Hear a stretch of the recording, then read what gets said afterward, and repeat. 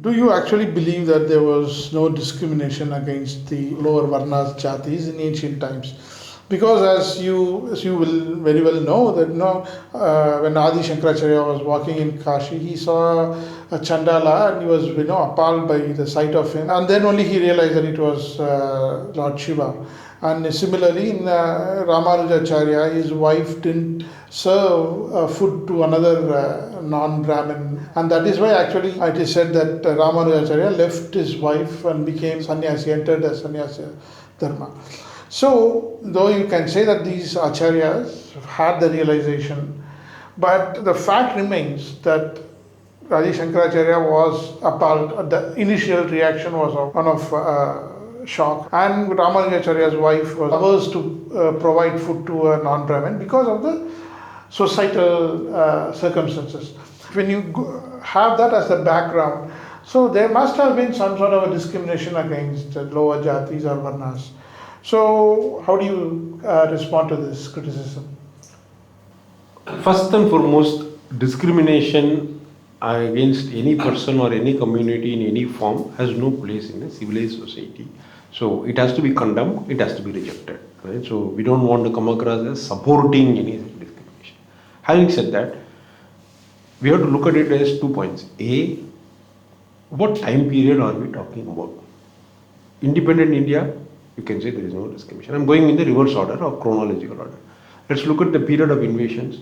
During the period from 10th century to now, till the British colonial rule, were Brahmins in positions of power? Were Brahmins controlling all the institutions of the country? No. Answer is no. Correct. So there is no evidence that it was institutionally practiced by Brahmins all across India, that every Brahmin was doing this discrimination. So there was no institution, there was no laws which were made to do that. No. Going back to the Vedic period, now let's go back to the Vedic period. In the Vedic corpus, you don't find any such discrimination.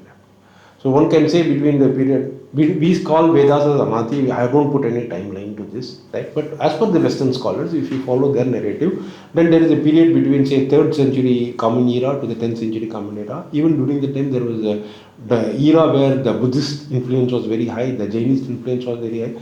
So what particular time period are we talking about where Brahmins exclusively controlled institutions, they were ruling the country, they were making laws and discriminating against? Factual data? No, there is no such data which is available factually, primary sources which corroborate this. Now, has there been other evidences like what we talked about His Holiness Shankaracharya ji or His Holiness Ramanujacharya's thing? But I do see them as self-correcting mechanisms of the Sanatana Dharmic society. Yes, incidences would have happened, otherwise these acharyas wouldn't have condemned it. But that is a very healthy trend of a society which is self-correcting itself. Right? It was saying that there are certain things which are being happening in that particular point of time which need to be corrected, and then they stood up for it, they corrected it. And the fact that the majority of the society accepted them as acharya itself tells you that, right, that they are not a widespread practice, and it was the people were understanding that such practices need to be rejected. So that's a very healthy society, in my opinion, that which accepted that criticism and which said that it need to be corrected. Right? So that is the second point. So this whole narrative that entire period of time for 2000 years people have been, that's a very common thing I hear, right? 2000 years people have been discriminating against.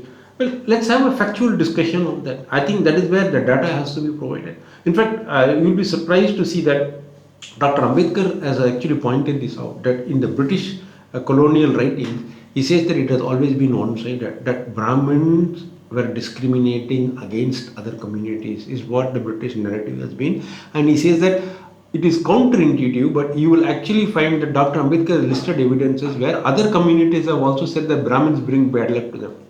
Where other communities have said that we don't want Brahmins to enter their quarters because they bring bad luck. So these are things, because we confuse between ritual purity and certain belief systems people have. You can call it superstition, you can call it as faith, whatever, right? But I respect that if some communities felt that, right, the Brahmins do bring bad luck to them, then the Brahmin community would have said, yeah, I think we don't want to, kind of hurt their feelings, and they would have lived in separate quarters also, right? Brahmins might have done that.